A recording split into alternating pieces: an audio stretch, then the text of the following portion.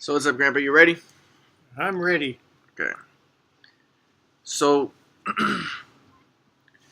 somebody says, "I love, I love myself," or you should learn to love yourself. They think that that's so important. You need to learn to love yourself. What do you say to that? If someone says, the that you need to learn that. Well, it's a step in the right direction of away from hating or despising, but ultimately, it would appear that the objective is to become interested in something beyond the self. See, again, as it has been said, the self is magnificent in its contribution, but limited in its value. And eventually, we need to discover, after cultivating a stable self structure of, I used to call it confidence, strength.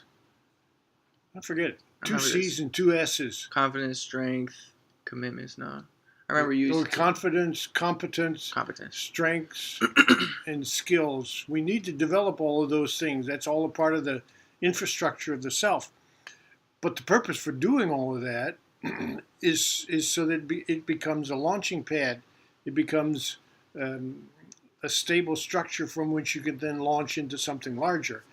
So to love yourself is to respect the fact that you need to create a strong and stable sense of identity, sense of being able to cope and to deal effectively with the things in life, so that eventually you can go beyond concern with promoting and protecting that. There's more important business. Eventually, one needs to discover that the self that I created is none of my business. Or as what's his name said, Alan Watts said, I'm traveling incognito, disguised as myself. Any other thoughts, there, Grandpa? No. So you're saying that the self is none of your business. So ultimately, you want to transcend the self, and that's the flow. Yeah. You become interested in something beyond you. In this hierarchy of growing up, which we talked about in an earlier video, you get to the point where you begin to become mutual participants in something larger than yourself. And that is begun when you get unwrapped from yourself and you move into a quote relationship with another person. That's a little larger project, and then eventually that needs to yield to a project beyond the relationship, where the two people become mutual participants in projects. Maybe it's raising a children, or starting a business, or establishing a home, establishing a stable set of circumstances for your home and in which to live. That becomes a husband and wife can become involved in that mutual participation in creating that as a stable structure. Then eventually you move beyond that till you begin to become mutual participants in much larger projects. Eventually you become effectively contributing as an astronaut or a crew member on board our spaceship Earth. So um, that's when you discover that yourself is none of your business, because you have more important business. You've discovered more important business.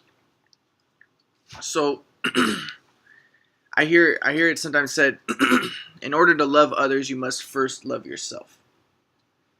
Yeah, you need to become strong enough in yourself to discover that yourself is no longer your business. You no longer have to maintain it, promote it, protect it. Um, so there's a couple questions I have. You said that it was a step in the right direction away from hating and despising. Yeah. So what is that? Hating and despising Yeah, too. when you hate and despise yourself, that I'm no good, then you never become strong enough to go beyond that. You remain mired into that all of your life. Um, and do you want to discuss what the confidence, competence, and strength and skills are? Or No, I think they're pretty much self-explanatory. But you need to develop a sense of confidence that you can do things. And then not only the confidence that you can do it, you need to develop the competence in doing them. And the competence supports the confidence, and the confidence supports the competence. But then you also need to develop the strength, physical and mental strength, to be able to do things. But you also need to develop the skills that enable you to do things. So if you want to play basketball, you need to practice dribbling and practice shooting and practice jumping and all of that. So you need both the strength and the skills and the confidence and competence. And that's essentially the infrastructure for the self. any other thoughts to that, Grandpa? No. So I want to bring up that Bible story. So I went to a church and the pastor was discussing his belief that Jesus came for the marginalized, for the people who are on the outcast of society, those types of people. This was his theory of Jesus, and but Grandpa, your thing is that, and you always bring up Jesus. It's not about that. It's about inquiry. Yeah. He's seeking inquirers. Right. So it may be that the marginalized tend to be more often the seekers, rather than those that are content to belong and to not be marginalized. The tendency is to settle for that.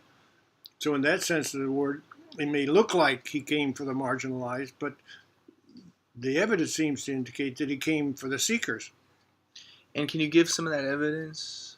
Well, my favorite story is after the feeding of the 5,000, he went on the other side of the lake, and the whole tribe followed him, and slowly, one by one, or one group after another, left, and the only ones that were left, Jesus said to them, "Why do you stay here? Everybody else has left." And they said, "Well, there's no place else to go." In other words, they were the seekers. It's not that was who Jesus was most interested in. It would appear he was interested in everyone, but he also realized that if you're throwing words of wisdom at people who've never wrestled with the question, you're just preaching and teaching. Essentially teaching. That's giving words of wisdom to people who haven't ever discovered the questions. So he realized that was a waste of his time and energy. And he always attempted to appetize the inquiry. So one example of maybe someone that pastor might look at as evidence that he's looking for the marginalized would be Zacchaeus. So Zacchaeus, he climbs on top of the tree and he looks at Jesus and he calls for Jesus, or I don't know, Jesus sees him looking at the top of the tree. But you're saying that Zacchaeus was an inquirer. Yeah. So see, that whole thing of climbing into the tree is, I think, symbolic of rising above all the nonsense and the chit-chat that's going on in normal everyday conversation, or beyond the preaching and teaching and getting up there where he can see from another perspective. He was bringing new wineskins capable of receiving new wine. And it was not because he was a tax collector, or not because he was marginalized, but because he wanted to rise above all the nonsense, get free of all of that, so he could inquire and discover. So one popular theory is the reason why Zacchaeus sought out Jesus was because he was marginalized. He was a tax collector, so people didn't look highly upon him. Some people say he was a midget, or we don't know. That's an improper term, but just like a little person. But people thought one theory is that he was marginalized. But you're saying that it's not necessarily because he's marginalized, but maybe because he was marginalized, this forced him to try to seek to be an inquirer. Yeah. As they say, that was an offer he couldn't refuse. See, it's pretty hard to settle for being marginalized, even though that does happen.